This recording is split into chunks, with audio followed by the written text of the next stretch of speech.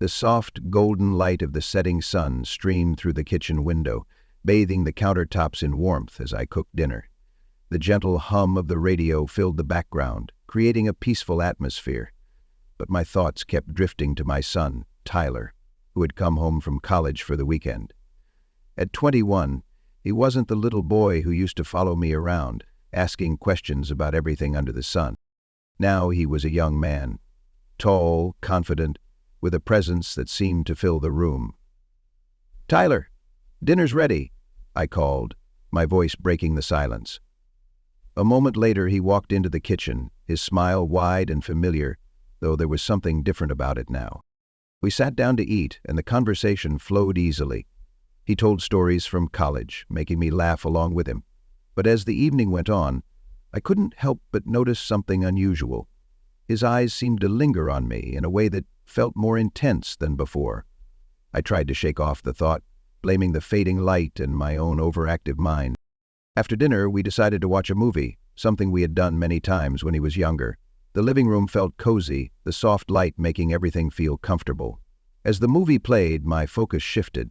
I found myself looking between the screen and Tyler, realizing just how much he had changed.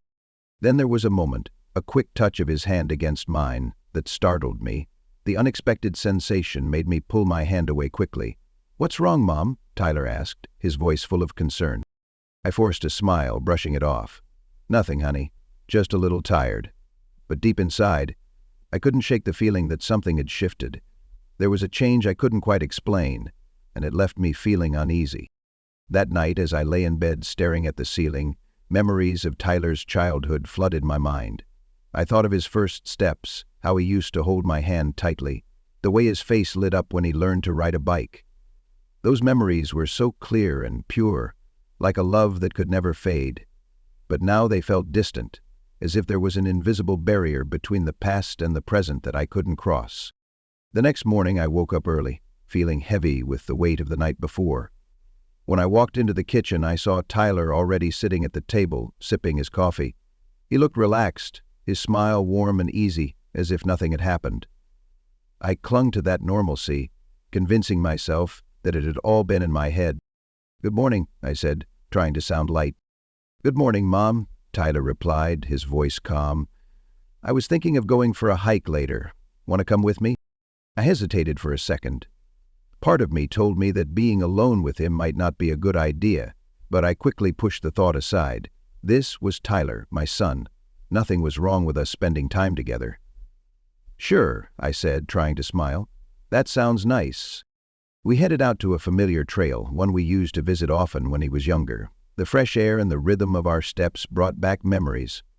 For a while we talked and laughed, reminiscing about old family trips. It felt like the old times. But as we went deeper into the woods, silence began to grow between us. It wasn't the comfortable silence of the past, but something heavier.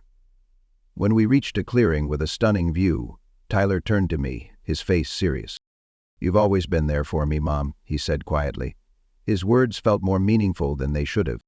"I'll always be here for you," I said, trying to keep things light. "You don't ever have to worry about that." But Tyler didn't laugh. Instead, he stepped closer, his eyes searching mine. "No, Mom, I mean it. You've meant so much to me, more than just my mom." His words hit me like a shock. They hung in the air, too heavy to ignore. I felt my heart race as I searched his face, hoping I had misunderstood. But his eyes didn't shift. "Tyler," I said softly, barely able to speak, "you know how much I love you, but this, I don't know what to say." "No," he replied, his voice calm but firm.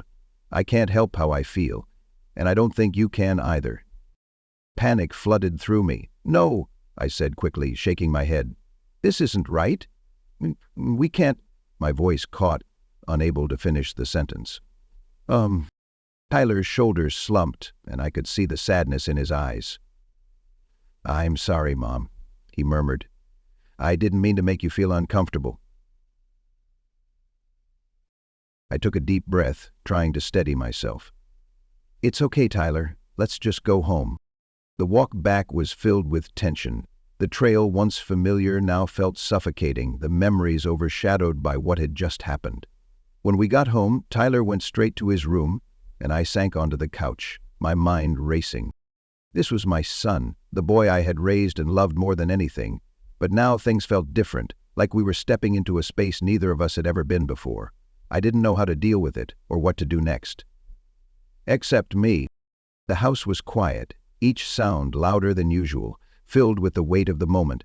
I tried to distract myself, hoping this was just a passing confusion, but deep down I knew it wasn't.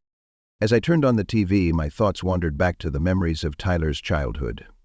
The way he would laugh, his innocent face, the bond we had shared.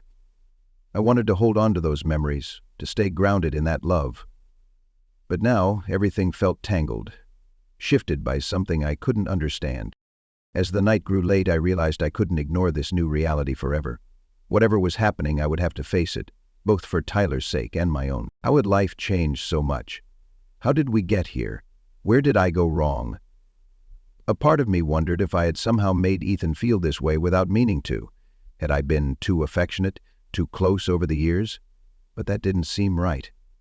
A mother is supposed to love her son, care for him, and always be there. That's all I ever did. But now, everything felt strange and heavy with tension. I didn't know how to fix it.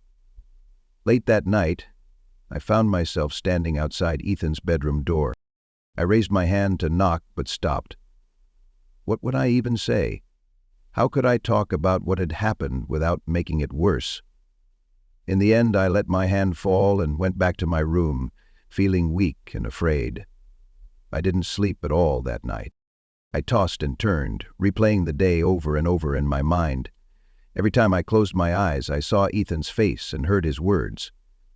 "You've always been more than just my mom. You've been everything." Those words should have been comforting, but instead they felt unbearable. By morning, I was exhausted. Dreading breakfast, I dragged myself out of bed. But when I got to the kitchen, Ethan was already gone. There was a note on the fridge. Went for a run, needed to clear my head. I felt a mix of relief and disappointment. Relief because I didn't have to face him yet. Disappointment because avoiding him was just as hard. This wasn't how things should be between a mother and her son. As I sipped my coffee in the quiet kitchen, I tried to think of what to do.